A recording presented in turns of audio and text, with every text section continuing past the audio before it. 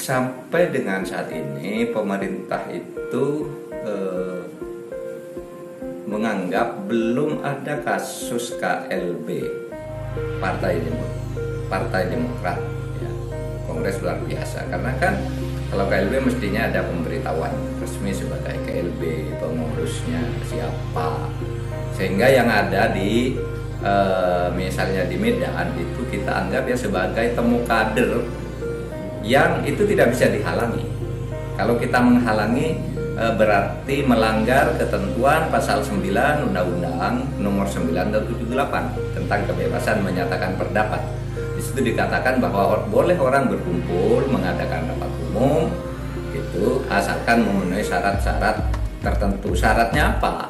Syaratnya itu bukan di istana negara, artinya tidak melanggar larangan tertentu, itu juga bukan di tempat ibadah, bukan di sekolah, bukan di rumah sakit, bukan di arena objek vital. Kalau situ silahkan adakan pertemuan.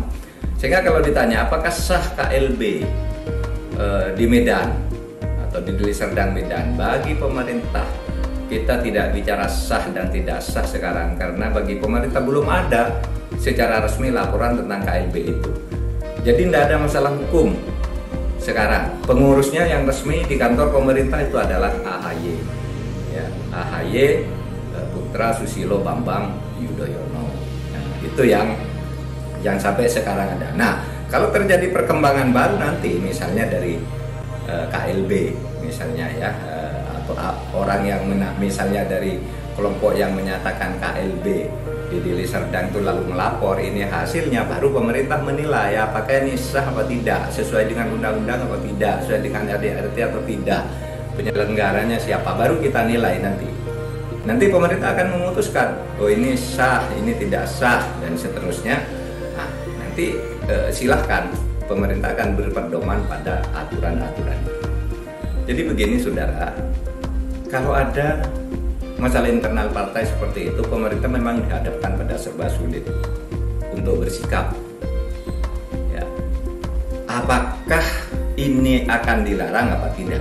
Secara opini kita mendengar, oh ini tidak sah, ini sah dan sebagainya. Secara opini, tapi secara hukum kan tidak bisa. Kita lalu menyatakan ini sah tidak sah sebelum ada data dokumen di atas meja. Oleh sebab itu ini juga terjadi dulu pada tahun 2002, Pak Motori Abdul Jalil misalnya mengambil alih PKB dari kelompoknya Gus Dur, Presiden Megawati tidak bisa berbuat apa-apa, bukan tidak mau, tidak bisa melarang karena ada undang-undang yang tidak boleh melarang orang berkumpul gitu, kecuali jelas-jelas menyatakan melakukan sesuatu yang dilarang oleh hukum, dia mereka berkumpul sebagai suatu kelompok masyarakat.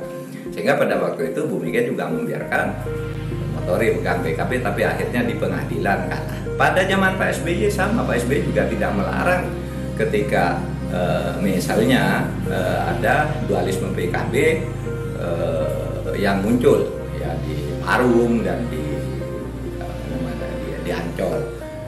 Pak SBY juga tidak melakukan apa-apa, dibiarkan, serahkan ke pengadilan kan gitu. Akhirnya pengadilan yang memutus gitu.